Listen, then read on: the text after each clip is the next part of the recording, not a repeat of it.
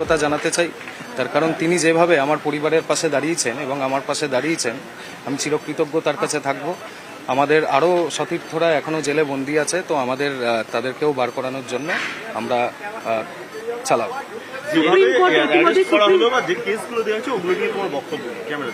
দেখুন, আমরা শান্তিপূর্ণভাবে এই গণ আন্দোলনকে চালিয়েছিলাম, তো শান্তিপূর্ণভাবেই এই আন্দোলন শেষ হয়েছে। কিন্তু তারপরেও যেহেতু আমরা সরকার পক্ষের বিরুদ্ধে নেমেছিলাম, তাই বিভিন্ন দমনপীড়নমূলক নীতি আমাদের ওপর চাপানো হয়েছে।